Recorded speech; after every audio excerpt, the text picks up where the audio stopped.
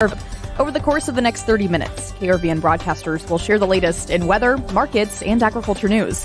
Join us this morning for topics and guests, including Clay Patton on weather and markets, Jayson Jorgensen with sports, Mark Gold with Top Third Ag on the grain markets, Jerry Stoll with country futures on the livestock markets, and Alex Makovica with agriculture news. Let's head inside the KRVN studios, joining Clay Patton with the latest in weather.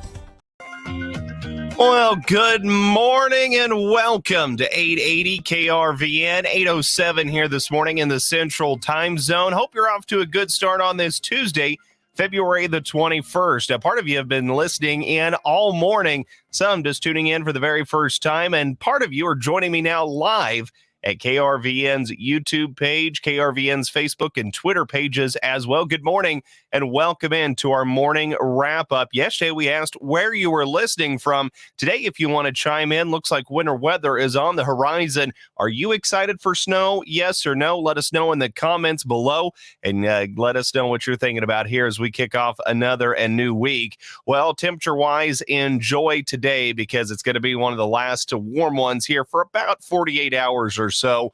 Right now in the Tri-Cities, 28 Kearney, 29 in Hastings. It's 28 in Grand Island. To the east, it's 28 at the Soybean Board Studios there in Lincoln. We've got part of our team producing, helping us get this on air. As we look out towards northwest Kansas, 32 Colby, and in eastern Colorado, it's 36 in Burlington this morning. Sunshine and blue skies predominating over much of the day. Highs expected in the upper 40s to low 50s for us. Winds out of the south at 10 to 20, gusting to 30. For tonight, partly cloudy, lows in the mid to upper 20s with southeast winds continuing at 10, but they'll be shifting northeast after midnight. Tomorrow, eastern, east central through eastern Nebraska could see rain, snow mix, and sleet, while further west you go should be more solidified to snow. But either way, we've got a 60 to 70% chance of seeing some moisture of some sort out through central Nebraska tomorrow. With that, though, not that much accumulation, just limited moisture. It picks up in the afternoon and overnight, where we'll see the majority of it there by Thursday morning, just a few inches in our area. Options. Ranky systems have lots of options to ensure your irrigation needs are met. Ranky offers 5 pipe options to match every type of water condition: galvanized steel, chromium steel, aluminum, stainless steel, and polylined. Contact Holdridge Irrigation, your local Ranky pivot dealer, to see which option is best for you. In addition to water pipe options, Ranky offers a variety of control panels to give you reliable and trouble-free use. If your needs change over time, contact Holdridge Irrigation to assist you with upgrading the control panel. Thanks to the compatibility between each Ranky control panel, changes are easy to make. Holdridge Irrigation will look at your irrigation needs and conditions and will recommend the pipe and control panel best suited for you. Ranky also has a number of specialty pivot options available. Contact Holdridge Irrigation to see which pivot option is the best fit for you and your operation. This is Justin Mills, rancher and host of the Working Ranch Radio Show, inviting you to join us on Saturdays at noon and Sundays at 4 p.m. right here on 880 KRVN. We're going to go in depth on topics that are relevant to the ranching and beef industry. Plus, we'll hear from meteorologist Don Day on our long-term weather outlook, and the Captain Tim O'Byrne with Working Ranch Magazine will stop in for Tim's 2 cents. So join us on Saturdays at noon, Sundays at 4 p.m. right here on 880 KRVN for the Working Ranch Radio Show. Opened up strong, gapped open higher here. Not so much on the frost. There was just a touch of frost here and there. Really didn't do much damage, or maybe a few exceptions, but no real big deal. But the hot and dry forecast for the next 10 days is what got the market excited. Now, I see a fair amount of rain in places like Cordoba this week. I see it pretty dry in the south, though. And I think that's what's got the market's attention here. Now, this week we've got the Ag Forum coming out Thursday and Friday. Should give us a pretty good handle on acres out here. I think most people like myself believe that we're going to see an awful lot of more corn acres. Beans are going to try to buy some of it back, with old crop beans trying to stay pretty strong out here. People are also looking for any actions in Ukraine as the 1-year anniversary is coming up here. Could there be another Russian push? It's possible. It looks like the crops in Brazil and Paraguay are going to offset most of the losses in Argentina. And that's about it. And that is Mark Gold with Top Third Ag Marketing. Always learn more at topthird.com. Again, the website to visit is topthird.com. Do remember, though, that trading futures and options involve risk of loss, may not be suitable for all investors. Do consider these risks before investing. As well, you can catch Mark again as a podcast, RuralRadioNetwork.com.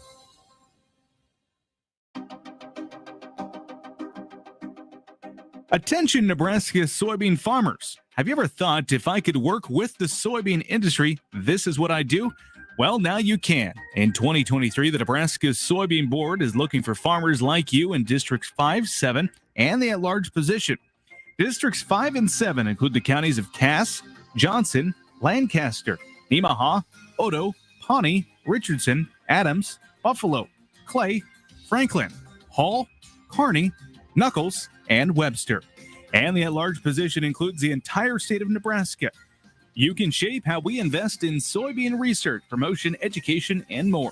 Just contact the Nebraska Soybean Board today at 402-441-3240. That is 402-441-3240. Brought to you by Nebraska soybean farmers and their checkoff.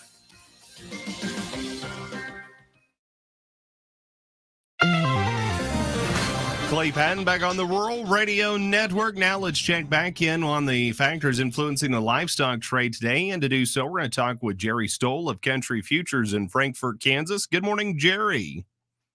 Good morning, Clay. After the extended weekend here, we're starting the week out with weakness in the equities. S&P's down 39. Dollar index up 21. Crude oil's up 19. Dow futures indicating 329 lower. There's probably a hog index I don't have in here. Yeah, but the latest one I saw from Friday was 7609, and that was up 24. The pork cutout value was up 563 at 87.72, and we're just going to go with mixed here in the hogs when we open up here at 8:30. Friday's feeder index. Now there will be another index to probably come in yesterday. We don't have that one yet, but Friday's was 182.63, down 40. We do have an upgraded cutout value. Yesterday's was 282.89, and that was up 185 from that Monday morning beef print. Last Friday's was 281.04. Good cash fed trade last week, higher, $1.62 south, north in a range of 60 to 61.5, 257 to 258, and most feelings are higher again this week. We'll just call the cattle mixed when we open up here at 8:30. And that is Jerry Stoll with Country Futures in Frankfort, Kansas. You can always learn more at countryfutures.com. Again, countryfutures.com, the website to visit. Do remember, though, that trading futures and options involve risk of loss, may not be suitable for all investors. Do consider these risks before investing. Looking over at your estimated cattle slaughter for a Tuesday, 126,000 head. Hog slaughter for a Tuesday estimated at 477,000 head. That's a look to the factors influencing the commodity trade here on the Rural Radio Network.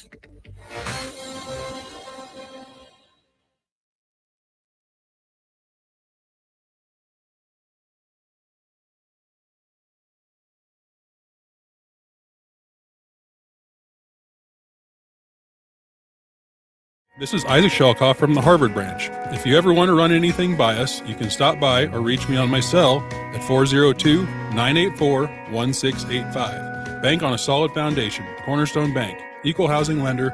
Member FDIC. Loans are subject to approval. Hi, everyone. Adam Marshall here. The recently advertised Pivot Irrigated Farm for sale in Dawson County is now sold and no longer available. We are currently experiencing an active land market in central Nebraska. We have sold over 1,200 acres of farmland in 2023 so far. We have current farm and ranch listings in Franklin, Buffalo, and Custer counties totaling 3,573 acres. Contact our team if you are buying or selling land in Nebraska. We can help you through the entire process. That's Adam Marshall Land and Auction of Kearney, your farm and ranch brokers. Well, it's 8:16 now at 880 KRVN. Just before this check of the factors influencing the commodity trade, we had weather presented by Holdridge Irrigation. Thank you to Holdridge Irrigation for letting us know. As well, Alex Makovica letting us know they've gone to the morning roundup coming in loud and clear in Lincoln, Nebraska.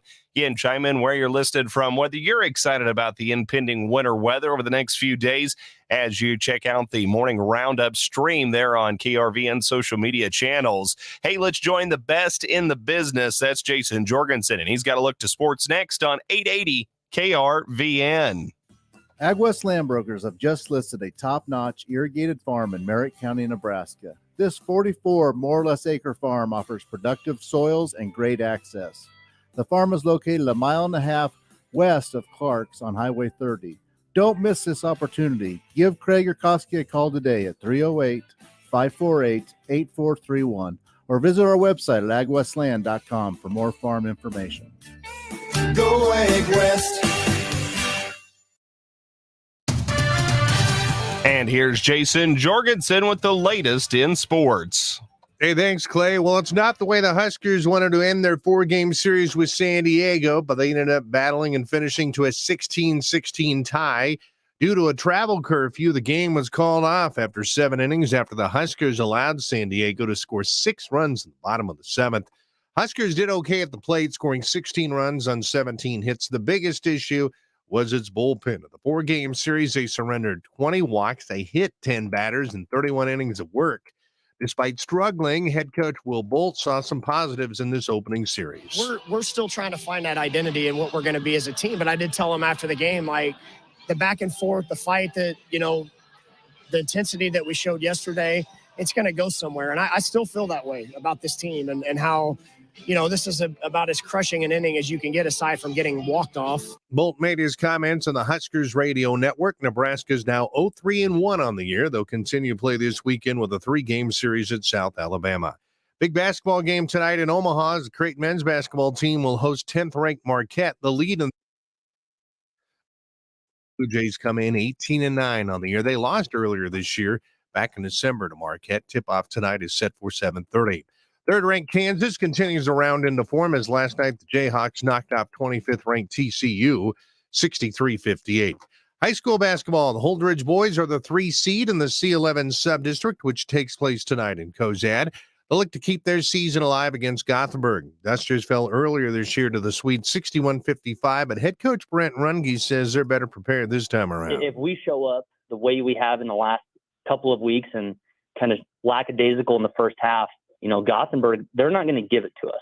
So that's something we've also been talking about is we need to go out and take it because, in my opinion, and their coach would probably say the same thing about them, but, in my opinion, we're the best team in this sub-district, and we need to go in with the confidence and the attitude of just that. Tip-off from Cozad is set for 7. You can hear that game on KME Country and KUVR. The first game of sub-district action pits top-seeded Cozad against Chase County at 5:30. You can hear that one on KME Country and at KRVN.com. Winners last night in play-in games and sub-district action included Kearney Catholic at the C19, Central Catholic won at the C29, Sandhills Valley advanced at the C211. At the D17, it was Burwell over Twin Loop. At the D18, Blue Hill stopped Silver Lake. And at the D19, Southern Valley picked up a 60-39 victory over Wilcox Hildreth. At the D111, Southwest is still alive as they clipped Arapahoe 53-47. In girls sub-district action, one at the B6 over Hastings 53-27, and at the B7, Northwest of Lexington 45-23. That's sports. For more, find it anytime at KRVN.com. I'm Jayson Jorgensen. This is Jeff Swanson with Swanson Cattle Company in Oxford, Nebraska. I would like to personally invite you to our 37th annual bull sale on March 7th at 1 p.m. at our ranch. Offering will include 70 yearlings and 30 fall bulls with balancers, Angus, and Red Angus with breed-topping sires and cows with maternal power and longevity. Come view these bulls prior to the sale and see why we say, no bull, just the real deal. For more information, visit SwansonCattleCo.com. T&E Angus and Mr. K. Angus of Clarks, Nebraska will once again be holding their annual online bid-off production sale on DV Auction. Selling will be 60 yearling, fall, and 2-year-old Angus bulls, along with 10 open replacement heifers straight from the keeper pen. These bulls and heifers possess breed-leading genetics as well as curve-bending EPD profiles. Sires include Poss Rawhide, Poss Deadwood, SAB Downpour, SAB America, as well as owned herd sires Poss No Doubt 0682 and MK Thick Cut. These bulls and heifers have been developed for longevity and functionality. Bidding for this online sale will start on DV Auction on Monday, February 27th at 8 a.m. and end on Monday, March the 6th. Come view the cattle at an open house on Sunday, March 5th from 1 to 5 p.m. Enjoy a meal and some good company at T&E Angus, 1 mile north and 3/4 mile west of Clarks. The catalog and videos are available on dvauction.com. Also, feel free to contact Kurt at 308-548-8232 or Travis at 308-548-8128 with any questions or to request a catalog. They hope to see you all on Sunday, March 5th at the open house. And happy bidding. First Tier Bank is your choice for ag and small business banking. Hi, this is Mark Lehman in Holdridge, inviting you to get to know us and see what makes us different. At First Tier Bank, we feature experienced banking professionals to serve a wide range of farm, ranch, and business clients. We listen and develop personalized banking solutions to suit your ag business operation. Let us get to know you at the First Tier Bank with locations in Elm Creek, Kearney, and right here in Holdridge. Member FDIC. Well, it's 8:22. Welcome back to 880 KRVN, 106.9 FM in Kearney, 98.5 FM in Grand Island as well. As we look out and across, it's nice for one more day with breezy south winds pushing highs into the 50s. Northern Kansas looking to you, maybe even a stray 60 out there as a strong cold front drops south tonight. Highs drop to the 20s to 30s tomorrow. Snow likely in western Nebraska tonight and region-wide tomorrow through tomorrow night. 1 to 3 inches of snow likely across much of southern Nebraska and through the northern reaches of Kansas. Then 4 to 7 inches expected in a corridor from Norfolk to Burwell, Broken Bow, North Platte, and Ogallala. Go up one more level along and north of a line from Alliance to Mullen and O'Neill. 8 to 12 inches could fall. And at Valentine, the bullseye is on you, my friend. Valentine could see upwards of 18 inches of snow from this impending weather. Thursday's the coldest day with highs in the teens to 20s. Morning and wind chills could be near 30 below for Thursday and for Friday. So going to be a cold, short little while there. Coming up, Ag News and Opening Markets brought to you by Ag XL, your liquid fertilizer solution in Kearney. Salutes are brought to you by Landmark Implement and Pony Express Chevrolet Gothenburg, Pony Express Ford Minden. With this True Blue Salutes, I'm Alex Makovica on the Rural Radio Network, and joining us is Faith Miller, Nebraska FFA State Vice President. Faith, thanks so much for joining us. Thank you for having me. I really appreciate it.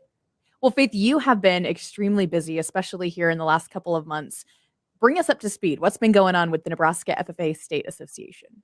Yes, so right now our team is going through our chapter visit program, and that is a 6-week period where our team is going to travel to a new area of the state every week and visit chapters from all over the state. So this week we are based out of Aurora, and I'm actually at Central City High School right now doing a chapter visit, and we'll keep doing that till the beginning of March. And then the next big thing is state convention, and we just dropped our theme on Monday the 6th, and our state convention theme this year is It's Up to Us. So we're super excited to have that, and it's definitely coming up quick.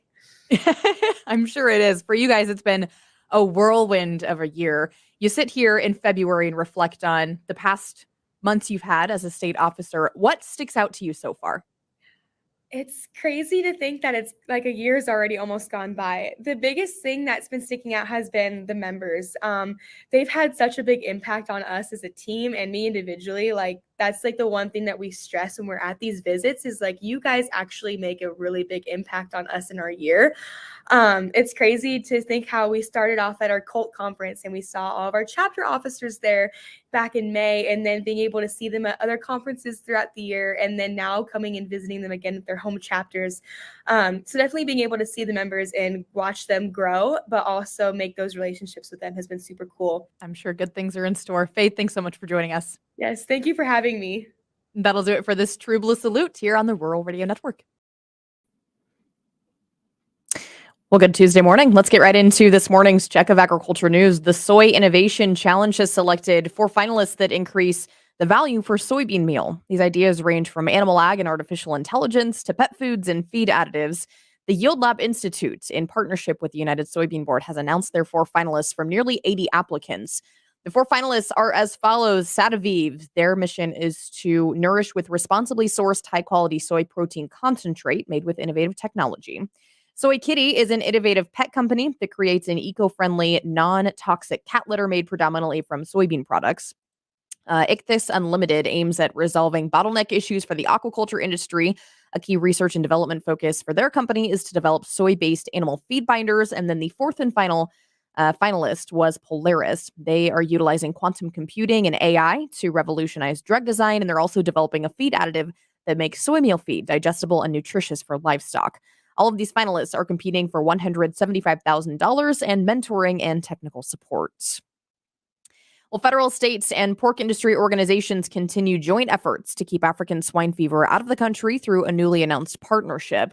Animal and Plant Health Inspection Service Associate Administrator Jack Shear shares some of the federal state pork industry partnerships in play with African swine fever prevention and preparedness efforts. States do extensive outreach through their animal health regulators, and we work in tandem in almost every state in the United States. We have people that are in the field, they have people that are in the field working on this on a daily basis. We work on policy together. We have a gap analysis from the APHIS Technical Working Group. They've worked over 2 years on looking at what our response would look like and where we have gaps. And we're addressing those both with the industry and with the states to say, these are the holes we need to plug because we have serious concerns that this would hamper our ability to respond. So that partnership, and we call it a three-legged stool between the states, the industry, and the federal government is extremely important because no one entity can do this alone. We have to work together. That's the only way we're going to battle this disease.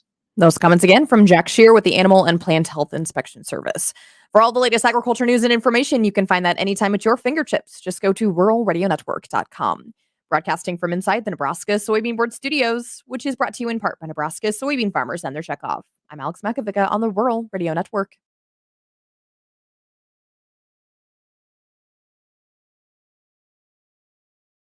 Clay Patton has you covered on 880 KRVN. The Cattleman's Cup Bull Sale is February 23rd at the ranch near Brewster, Nebraska. Over 65 bulls will be selling with sires represented, including Myers, Fair and Square, Marcy's Panhandle, Sits Resilient, and more. If you're looking for bulls that are naturally sound, stout, and good-footed, don't miss the Cattleman's Cup Bull Sale on February 23rd at the ranch near Brewster, Nebraska, starting at 1 p.m. Central Standard Time. For more information, go to thecattleman'scut.com or like their Facebook page, The Cattleman's Cut. That's quality bred on, not fed on. Your local trusted land professionals. At AgWest Land Brokers, we don't take that saying lightly. We understand how important your land is to you and your family. When you've made the decision to buy or sell land, check first with AgWest Land Brokers. Our experienced group of land professionals will comb over every detail and explore every option to help you in the buying and selling process. Give us a call at 308-995-8067 or visit our website at agwestland.com. Go Egg West. It's time to start thinking about the invasive weeds that are about to spring up in your pasture. Call Johnson Lake Flying Service about an early application of herbicides. You relied on Johnson Lake Flying Service in the past for aerial applications of herbicide, insecticide, and fungicide, and you can continue to rely upon them for these services. Save yourself time and expense later by taking care of the weeds early. For prompt service at competitive prices, call Johnson Lake Flying Service today, 308-785-2100. This is Vice Chancellor Mike Bain. I'd like to invite you to hear the latest news from the Institute of Agriculture and Natural Resources by tuning into the weekly IANR update. Listen to the program each Saturday at 9:30 right here on 880 KRVN. Good morning. Clay Patton on the Rural Radio Network, now with a check of your opening commodity trade. Commodities eyed by the funds in the overnight session as the majority of the grain complex ends the overnight higher. It's soybeans leading the way, despite the fact that there's still some news coming from Brazil that current soybean harvest is rather strong. They've got very weak basis, and they're trying to get as many beans shipped out as they can right now. From a broader market perspective, though, another round of inflationary data at the end of the week, and it's the Fed's favorite measure of inflation, has the equities all rocking lower. So that could be pushing some money flow back over to the commodities if they're worried about continued interest rate and inflationary concerns. Livestock trade, higher cash, higher cattle, and the lean hogs getting off to a very strong start on the opening bell. March corn, 682 up 4 1/4. May corn, 681 1/2 up 4. July corn, 669 1/2 up 3. We have March soybeans, 1545 up 17 3/4. May 1538 now 9 1/2 up 17 1/4. July soybeans 1531 up 16 1/2. March Chicago wheat, 764 3/4 down 3/4. May, 775 1/2 down 3/4. July, 780 3/4 down 1/4. March, Kansas City wheat, 910 up 3 1/2. May at 899 1/4 up 3 1/2. July, KC at 886 1/4 up 3.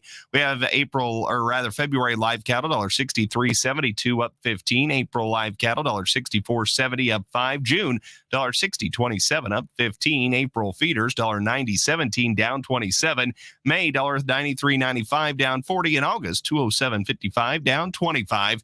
May lean hogs, $95.47 up $1.07. June, $4.30 up $1.60. July, $6.05. That's $1.45 higher. The frost is coming out of the ground.